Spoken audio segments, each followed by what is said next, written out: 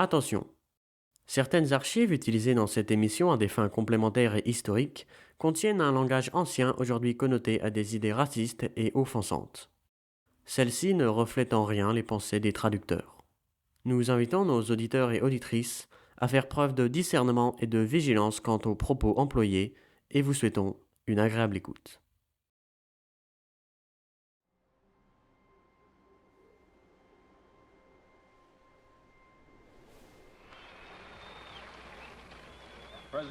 Président Pitzer, Monsieur le Vice-président, Gouverneur Daniel, Messieurs les scientifiques, Mesdames et Messieurs. Un négro de 29 ans déclare avoir hâte d'aller dans l'espace. Il s'agit du capitaine Edward White de l'Air Force, sélectionné pour être astronaute, le premier de sa race à être ainsi désigné. J'aurais pu aller sur la Lune, Je vous assure que mon premier discours sera très bref. mais il n'allait pas laisser ça se faire. Le capitaine Dwight et sa famille ont appris la nouvelle à leur domicile à la base aérienne d'Edwards, en Californie. Et je savais qu'il y allait avoir une composante raciste à cet obstacle, mais je ne savais pas qu'elle allait être aussi sophistiquée et aussi déterminée. Rêve d'astronaute anéanti, Dwight a quitté l'Air Force en 1966. Donc j'ai tout arrêté pour avoir un master, et en 6 mois, j'étais à la tête du département sculpture de l'université de Denver. Depuis, Dwight a créé près de 20 000 œuvres de galeries et plus de 130 mémoriaux à travers le pays. Nous avons choisi d'aller sur la Lune. Nous avons choisi d'aller sur la Lune. C'est au tour d'Ed Dwight d'entrer enfin dans l'histoire et d'accéder à son rêve. Dimanche dernier, il s'est envolé dans l'espace à bord de la fusée Blue Origin de Jeff Bezos, le patron d'Amazon. Je pensais vraiment que je n'avais pas besoin de ça dans ma vie. Un voyage d'une dizaine de minutes avec 5 autres passagers, suivi d'un retour sur Terre en douceur et d'une sortie de capsule éblouissante, reconnaissante et sans rancune. Mais maintenant, je vois bien que j'en avais besoin. Nous avons choisi d'aller sur la Lune au cours de cette décennie et d'accomplir d'autres choses encore. Non pas parce que c'est facile, mais justement parce que c'est difficile. Parce que cet objectif servira à organiser et à offrir le meilleur de notre énergie et de notre savoir-faire. Parce que c'est le défi que nous sommes prêts à relever, celui que nous refusons de remettre à plus tard.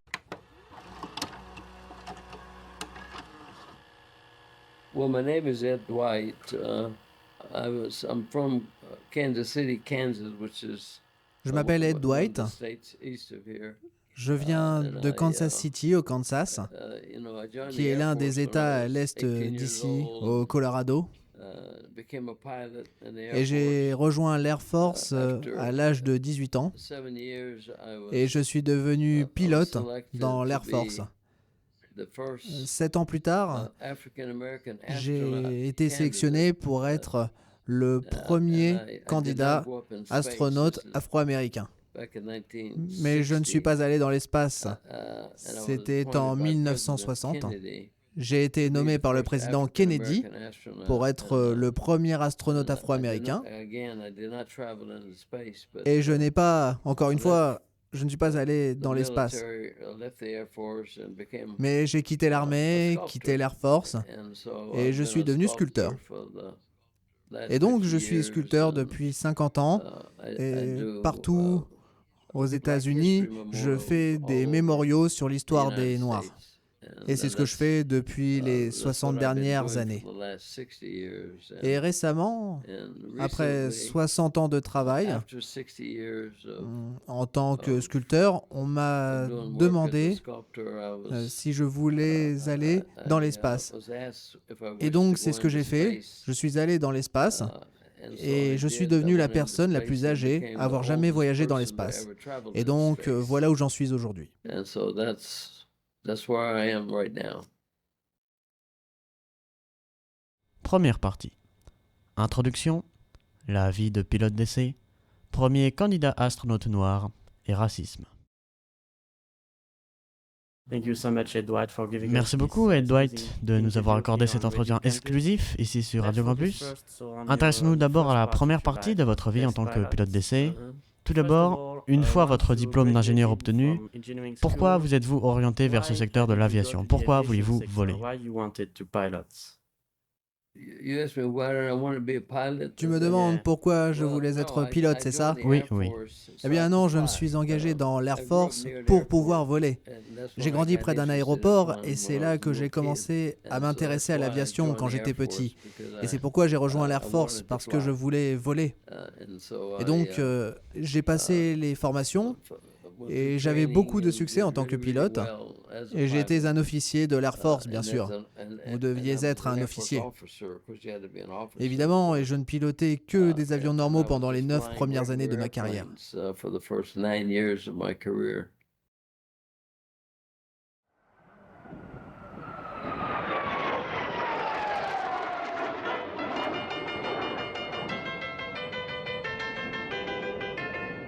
You know, when you learn in pilot, when training, you flying propeller airplanes. Tu sais, quand t'apprends, quand t'es en formation, tu pilotes des avions à hélice, tu sais. Et ils sont lents, et ils font beaucoup de bruit. Et en montant dans un jet, il n'y a pas de bruit, parce que le moteur est derrière toi.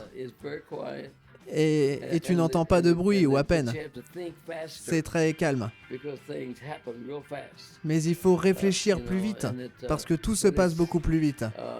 Dans les vieux avions, il y a beaucoup de bruit. Tout se passe lentement. Tu y vas, tu décolles, lentement, l'atterrissage est lent, mais quand tu montes dans un jet, tout se passe vraiment très très vite. Et ça t'oblige à penser beaucoup plus rapidement, tu sais. Pour moi, ça avait quelque chose de personnel. C'est comme si j'étais né pour faire ça. Tu sais, de temps en temps, tu tombes sur quelque chose dans la vie qui est naturellement facile pour toi à faire. Faire voler des jets, c'était fou. C'était tellement facile parce que ça correspondait à la façon dont mon cerveau fonctionnait, ou quelque chose comme ça. Et c'était comme décoller, le piloter, le faire tourner, faire des acrobaties et tous ces trucs, tu vois. C'était facile. Alors je me suis laissé aller. Et c'est pourquoi, une fois, j'ai fait un vol en solo, tout seul. Et jamais personne n'avait fait ça. Ils ont dû appeler le Pentagone pour obtenir la permission que je puisse voler après un tour, après un vol. Et ils m'ont donné la permission. Et c'était juste magique. Tout se passait très facilement. Alors tu sais, je me suis laissé prendre au jeu. Et donc après ça, avec tous ces vols, quand j'ai de nouveau piloté des avions à hélice, parce que de temps à autre, tu dois piloter n'importe quel type d'avion qu'il t'ordonne de piloter, n'est-ce pas? Tu dois le voler. Et donc, je devais être patient avec les avions à hélice parce que tout allait si lentement. Je me disais, oh, allez, plus vite, plus vite. Alors qu'un jet, c'est vraiment très rapide. And the jet goes just real fast. Yeah.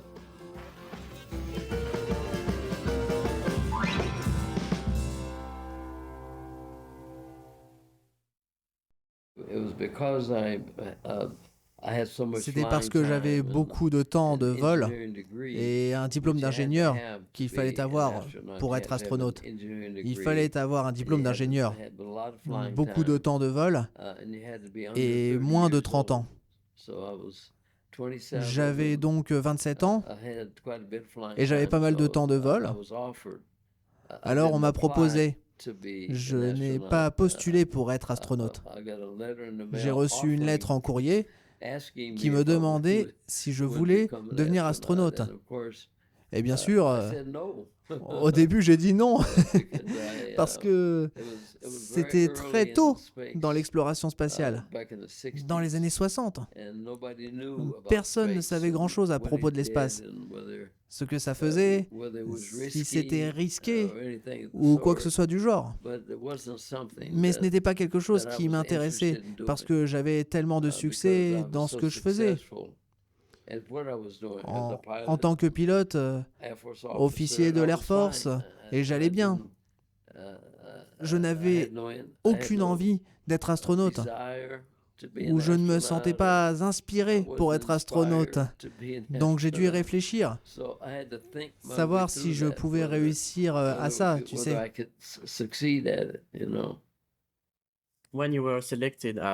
Quand vous avez été sélectionné comme premier candidat astronaute noir, vous faisiez des discours, vous apparaissiez dans des magazines, etc. On peut en voir un du New York Times juste ici affiché dans votre bureau. Vous étiez déjà assez célèbre en réalité. Mais étiez-vous déjà une source d'inspiration pour la communauté noire? Parce qu'il y avait beaucoup de protestations, pas seulement de la part de la communauté noire, contre le fait de dépenser d'énormes sommes d'argent dans le programme spatial, alors que le pays était confronté à de nombreux problèmes sociaux. Il y a cette célèbre chanson de Jill Scott Heron, Whitey on the Moon, de 1970. Peut-être vous la connaissez. Donc, quel genre de réaction vous avez eu compte tenu du fait que, d'un côté, c'était bon pour le pays, vous aviez un astronaute noir, mais d'un autre côté, le programme spatial faisait face à de nombreux problèmes financiers.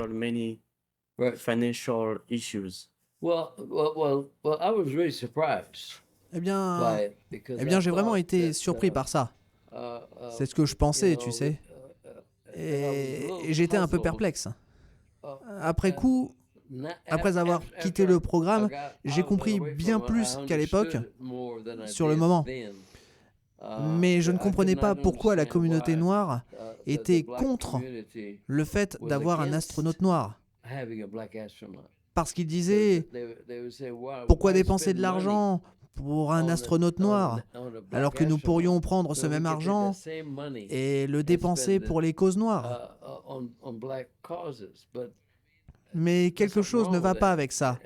Et ce que je veux dire par là, c'est qu'ils ne dépensaient pas l'argent pour moi, tu sais. Mais je recevais toutes ces critiques de la part de la communauté noire, comme s'ils le dépensaient juste pour moi. Ils gaspillaient de l'argent pour Ed Dwight, tu sais, ce qui n'est pas vrai. Je veux dire, s'ils veulent inclure l'ensemble du programme spatial, c'est une autre histoire. Mais la communauté noire, pour moi, a en quelque sorte mal interprété cela, comme si on dépensait de l'argent pour Ed Dwight. Tu sais, pourquoi quelqu'un dépense tout cet argent pour ce seul gars?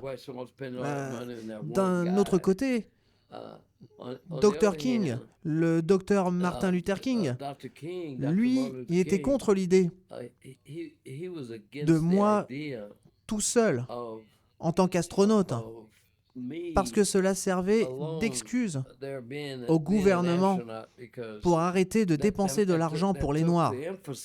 Il disait, ok, maintenant on va pouvoir arrêter de dépenser de l'argent pour le logement et l'intégration. Sauf que l'argent ne venait pas directement à moi. Mais plus tard, j'ai compris que la communauté noire avait de bonnes raisons de dire, ok, vous dépensez tout cet argent pour le programme spatial. Je me suis retrouvé pris au milieu de ça. Et d'une certaine manière, ça ne m'a pas dérangé. C'était juste... C'était préoccupant pour moi de les voir s'en prendre à ma personne. La communauté noire, certaines personnes de la communauté noire, ils ont dirigé toutes leurs critiques contre moi comme si c'est moi qui ai commencé. Et c'est moi qui le provoquais, ce qui n'était pas vrai du tout.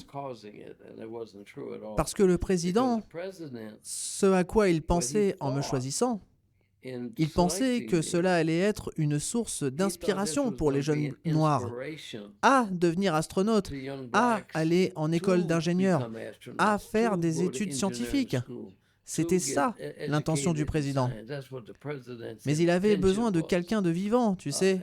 Et me voilà personne vivante.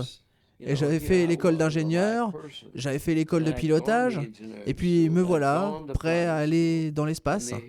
Tu sais, c'était ça l'intention. Mais la communauté noire, ce n'est pas ce qu'ils pensaient.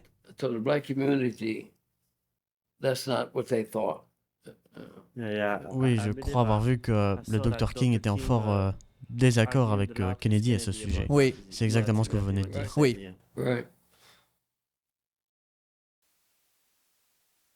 Nouvelle officielle, le président Kennedy est mort. Il est mort À 1h05 exactement, 35 minutes après avoir été blessé, à 12h35, à 12h25 exactement, dans la voiture lorsqu'il arrivait de l'aéroport de Dallas pour se rendre chez le gouverneur. La nouvelle est officielle, maintenant le président Kennedy est bien mort. Est-ce que vous avez eu l'occasion d'avoir des conversations avec des gens de couleur, des Américains de couleur? Oui, j'en ai rencontré plusieurs. Ils sont atterrés car pour eux, Kennedy était un ami. Et pour eux, ce meurtre, à l'heure actuelle, est malheureusement le signal d'une sorte de recrudescence du mouvement d'extrême droite et d'un durcissement de ceux qu'ils redoutent le plus, ensuite notamment, c'est-à-dire les organisations ségrégationnistes. Oui, ils doivent penser que si on est allé jusqu'à attenter à la vie du président des États-Unis, c'est que les adversaires de l'intégration sont prêts à utiliser les moyens extrêmes. Et donc, chaque homme de couleur peut se sentir menacé. Si le meurtre du président est bien dû à ce que l'on redoute, c'est-à-dire à un attentat des ségrégationnistes, des adversaires de l'intégration raciale, cela prouve évidemment d'abord que ces organisations ne reculeront devant rien pour manifester leur force et leur opposition, et deuxièmement qu'elles sont organisées d'une façon extrêmement puissante et extrêmement militaire. Et juste par curiosité, avez-vous déjà rencontré le président Kennedy? Non, j'étais dans une pièce avec lui. J'étais dans le bureau ovale avec un groupe de personnes et je ne lui ai pas serré la main. J'étais juste peut-être à 1 ou 2 mètres de lui, mais c'est tout. Mais il y avait aussi tout un tas de gens qui me supportaient et tous les autres. Tous les principaux acteurs qui étaient derrière moi. Tous les leaders de la cause noire et tout ça. Ils étaient tous là. Mais vous pourriez penser que j'aurais été présenté à lui et que je lui aurais serré la main, mais ça n'est pas arrivé. Vous écoutez toujours Radio Campus et nous sommes toujours ici dans cette belle ville de Denver au Colorado avec Edward Dwight Jr., ancien pilote d'essai, premier candidat astronaute noir et maintenant sculpteur et artiste. Tu sais, Chuck Yeager, j'ai fini par le connaître vraiment très bien.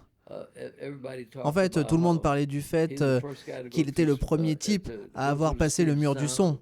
Il n'était pas un homme d'études. Il avait grandi dans une ferme. Et il s'occupait des tracteurs et des autres trucs de la ferme quand il avait 4, 5, 6 ans. C'est comme ça qu'il a fini par piloter avec beaucoup de compétences mécaniques. C'était un peu comme je vous disais à propos de moi. J'ai appris le vol, surtout en jet, très vite.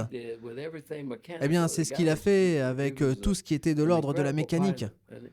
Le type était un pilote incroyable, et il l'était vraiment. Mais il était le meilleur, et le meilleur pilote d'essai. Et il était directeur de l'école d'astronautes. Et le problème, c'était que le président n'était pas allé le voir, lui, en premier, en lui disant « Hey, Chuck Yeager, j'ai ce type noir, et j'ai besoin de ton aide à ce sujet. » Ils ne sont jamais allés le voir, et ils lui ont demandé s'il supporterait cette idée. C'est ce qui l'a rendu furieux, il était en colère à cause de ça. Quand je suis arrivé là-bas, il avait juste dans sa tête que... Quand il m'a vu, j'étais un petit gars d'1m60. Il m'a regardé et a dit « Oh mon Dieu, ce gars-là est un gamin !» J'avais 27 ans, mais pour lui, j'étais ce petit gosse noir de la rue. Et j'étais un incapable. Il n'y avait aucun moyen que je puisse être un as du pilotage dans sa tête.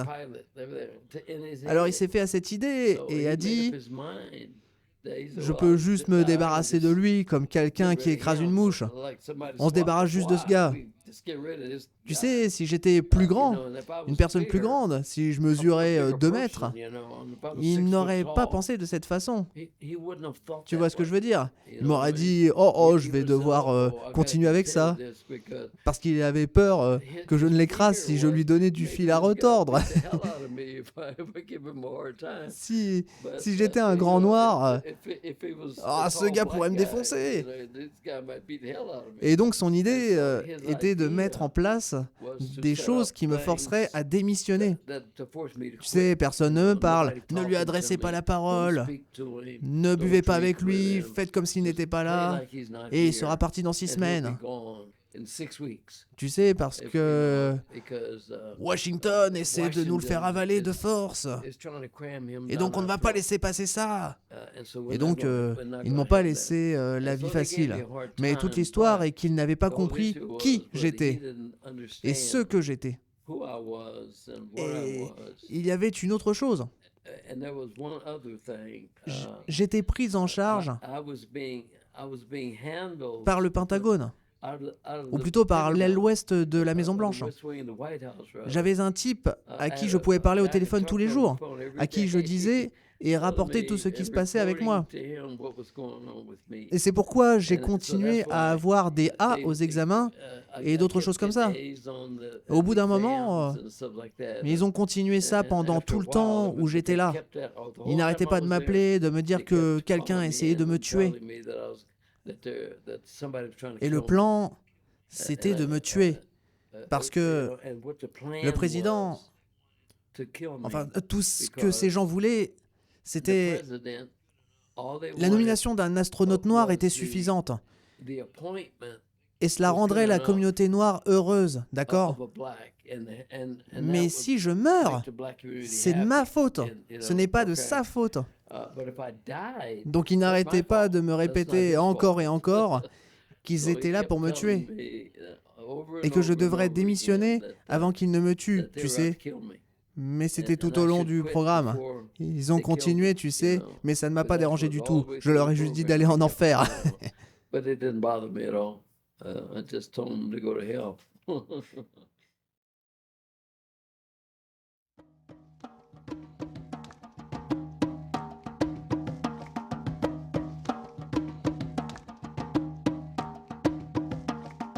A rat done bit my sister now with Whitey on the moon. Her face and arms begin to swell, and Whitey's on the moon. I can't pay no doctor bills, but Whitey's on the moon. 10 years from now, I'll be paying still while Whitey's on the moon. You know the man that up my rent last night, Whitey's on the moon. No hot water, no toilets, no lights, but Whitey's on the moon. I wonder why he's upping me. Cause Whitey's on the moon? Well, I was already giving him like 50 a week and Whitey's on the moon. Taxes taking my whole damn check. The junk is making me a nervous wreck. The price of food is going up. And if all that crap wasn't enough, a rat done bit my sister Nell with Whitey on the moon. Her face and arms begin to swell, and Whitey's on the moon. Is all that money I made last year for Whitey on the moon? How come I ain't got no money here? Whitey on the moon. You know what? I just about had my fill of Whitey on the moon. Think I'll send these doctor bills. LML special. Whitey on the moon.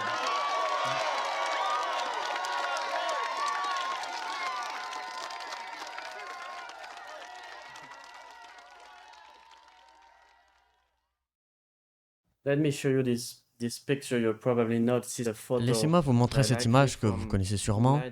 C'est une photo, probablement de 1963, quelque chose comme ça, de votre groupe de candidats astronautes à l'école de pilotes d'essai. Oh oui.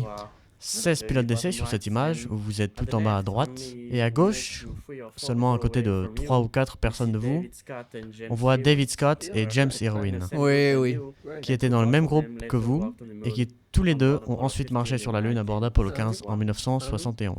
Est-ce que je peux vous demander comment ils étaient ? Et est-ce qu'ils vous parlaient ou est-ce qu'ils suivaient les instructions de Yeager à propos de ne pas du tout sociabiliser avec vous ? Non, ce qui a fini par se passer, David Scott, ce qui était vraiment intéressant, lui et moi, nous étions des amis secrets. James Irwin ne parlait à personne. Il était le solitaire de la classe. Et il gardait tout pour lui, tout le temps. Et quand il passait les entraînements, il a fini par mourir à 61 ans d'une crise cardiaque. Il avait un cœur faible pendant tout son entraînement. C'était un gars très calme, pas social, mais il ne parlait à personne. Tu sais, parce que dans certains cas, tu avais des copains, 2 gars, 3 gars qui passaient beaucoup de temps ensemble. Dave, il était mon ami secret. Et nous parlions. Et Dave parlait tout le temps. En réalité, j'ai été surpris quand, après qu'il soit allé sur la Lune, il a dit quelque chose, c'était dans les années 80, 90, quelque chose comme ça. On l'a interrogé sur moi et il a dit quelque chose qui m'a surpris. Il a dit que j'étais nul en tant qu'élève, que je ne pouvais pas voler et je n'en croyais pas mes yeux. Il reprochait au gouvernement de m'avoir choisi. Et c'était après qu'il soit parti et fait tous ces trucs dans l'espace. Ce fut un choc pour moi. Parce qu'à Edwards, lui et moi, parce qu'il n'arrêtait pas de le dire à tout le monde, Dave était un général. Et il avait fait West Point. Il avait obtenu un diplôme au MIT. Il avait tout ce à quoi vous pouviez penser. Dave, c'était Dave Scott. Et tout le monde savait dans la classe que Dave allait être choisi. Tout le monde, je veux dire. À partir du moment où Dave est entré dans l'école, tout le monde a supposé que Dave s'était tout assuré. Parce qu'il avait un diplôme de l'Académie militaire et un diplôme du MIT. Il avait tout ce dont on a besoin pour être astronaute. Et donc il venait me voir et il m'appelait Eddard, pas Edward, mais Eddard. C'était son surnom pour moi. Et donc il m'appelait. On leur avait dit de ne pas m'appeler, mais nous parlions au téléphone. Et ça a duré pendant tout l'entraînement. Il me disait, seulement 2 d'entre nous vont sortir de là, Ed. Tu vas être choisi et je vais être choisi. Ça va être toi et moi. Et ensuite, la soirée avant qu'il ne fasse l'annonce, il a été choisi dans la soirée pour passer de l'école de pilote d'essai à... Eh bien, laissez-moi expliquer. Il y avait 2 programmes d'astronautes, d'accord ? Un était la NASA. Et le président Kennedy est allé voir Wernher von Braun, l'ingénieur en chef de la NASA à l'époque, et lui a demandé... Je veux mettre ce gars noir dans l'espace. Et Wernher von Braun a dit non, parce que cela détruirait la NASA avec des débats raciaux à la NASA. Non. Alors le président a créé un autre programme spatial, d'accord ? Donc la veille de l'annonce de la sélection pour ce programme, qui était le programme de pilote de recherche aérospatiale, après avoir obtenu votre diplôme de l'école de pilote d'essai, vous entriez dans le programme d'astronaute de l'Air Force. Il y avait donc 2 programmes d'astronautes. Et la veille au soir, Dave m'a appelé et m'a dit « Il n'y en aura que 2 qui seront choisis. Et ce sera toi et moi. » C'était la veille de cette sélection. Nous étions sur cette liste pour rentrer dans le programme spatial de l'Air Force. Il y avait aussi d'autres personnes, mais c'était ce que Dave pensait. Et nous, je pensais juste que nous étions, que nous avions développé une relation. Après qu'il soit allé dans l'espace et qu'il soit revenu, ils l'ont interrogé sur moi. Il a dit que je n'étais rien, que je n'étais pas un bon pilote, ce qui est ridicule, tu sais. J'étais 7e de la classe de pilote d'essai. Nous étions 17. J'ai obtenu mon diplôme en étant 7e sur 17. Qu'ils me disent que j'étais si mauvais, que je n'aurais même pas été pris en compte. Il y avait un classement de ce groupe que tu as vu. Il y avait le classement. Tous ces gars-là, et j'étais 7e de ça. Il y avait 10 gars qui étaient en dessous de moi, en d'autres termes. out of that. So there were 10 guys that were below me, in other words. Dave et moi aurions été dans le groupe. Cela aurait dû être le calendrier pour marcher sur la Lune. Et bien sûr, toute cette affaire a été retardée. Et puis bien sûr, plus tard, j'ai démissionné. Donc cela n'aurait fait aucune différence dans un sens ou dans l'autre. Si j'étais resté, si j'étais allé à la NASA avec Dave, cela aurait été une autre histoire. Mais je ne l'ai pas fait. J'ai juste été promu au programme d'astronaute de l'Air Force et j'ai terminé cette formation. Avez-vous encore des contacts avec David Scott? Non, non. En fait, une fois qu'il est allé à la NASA, ça s'est arrêté. Tout contact avec lui s'est arrêté. Très bien.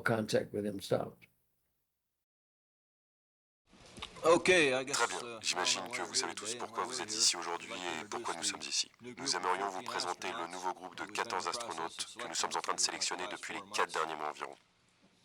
Très bien. Avec tout cela, je vais laisser chacun se présenter de droite à gauche. Capitaine David Scott, US Air Force, stationné à la base aérienne d'Edwards, en Californie. Ville natale, La Jolla, en Californie. Très bien. Nous allons maintenant prendre les questions. En parlant d'intégration, y avait-il un négro, la trentaine environ, que vous avez envisagé de prendre ici? Non, il n'y en avait pas.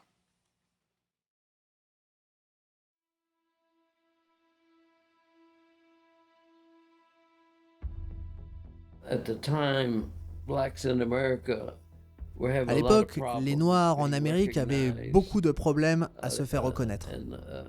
L'idée, en Amérique, d'avoir un astronaute afro-américain noir était tout simplement folle. L'idée était folle. Et donc j'ai dû me battre une fois que j'ai été nommé. Il y avait beaucoup de gens qui ne voulaient pas d'un astronaute noir parce qu'ils pensaient que c'était trop tôt. Parce que l'Amérique, tous les pionniers et tous les gens qu'on a retenus pour avoir fondé l'Amérique et découvert toutes ces choses-là, etc., étaient tous des Blancs. Et donc l'idée de reconnaître pour ça une personne noire, l'Amérique a dit non, on ne va pas faire ça. Et donc j'ai eu beaucoup de problèmes. Et le président, il a fait de son mieux pour essayer de convaincre l'Amérique que nous étions prêts. Mais il a fini par se faire tuer. Et donc une fois qu'il s'est fait tuer, mes chances, je n'avais personne pour me soutenir. Ils ont essayé, ils voulaient juste se débarrasser de moi. Et les choses qu'ils ont faites pour se débarrasser de moi étaient extrêmement nuisibles. Il y a beaucoup de choses qui m'ont fait à moi et à ma famille qui n'étaient pas acceptables. Alors, je suis parti, j'ai quitté le programme et l'Air Force, et je suis entré dans la vie civile. Et après mon départ, j'ai fait beaucoup de choses avec la NASA. J'ai fait beaucoup d'expériences pour la NASA. J'étais pilote 0G pour la NASA, pour toute la formation 0G, en apesanteur des astronautes. Et puis j'avais 23 projets de la NASA, après avoir quitté le programme d'astronaute de l'Air Force. J'avais 23 projets, principalement des projets de la NASA. Et puis toute la politique a continué. Et ils ont commencé à écrire, à mettre des mauvaises informations dans mes archives. Ils ont essayé de me mettre en prison et ils ont essayé de me tuer. Et donc c'est à ce moment-là que je suis parti. Quand j'ai découvert qu'ils essayaient de me tuer, j'ai tout simplement démissionné. J'ai dit non, ça suffit.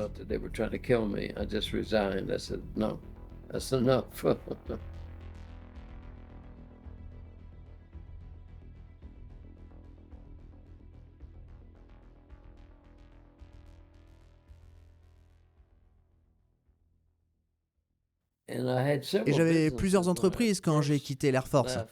J'avais environ 3 ou 4 business, tu sais. Et puis plus tard, j'ai toujours été un artiste à côté, tu sais, depuis que je suis gamin. Et donc, à 45 ans, ça semble fou, mais on m'a offert une opportunité de devenir sculpteur. À suivre. Ce programme est disponible en replay sur notre site internet orléans.radiocampus.org.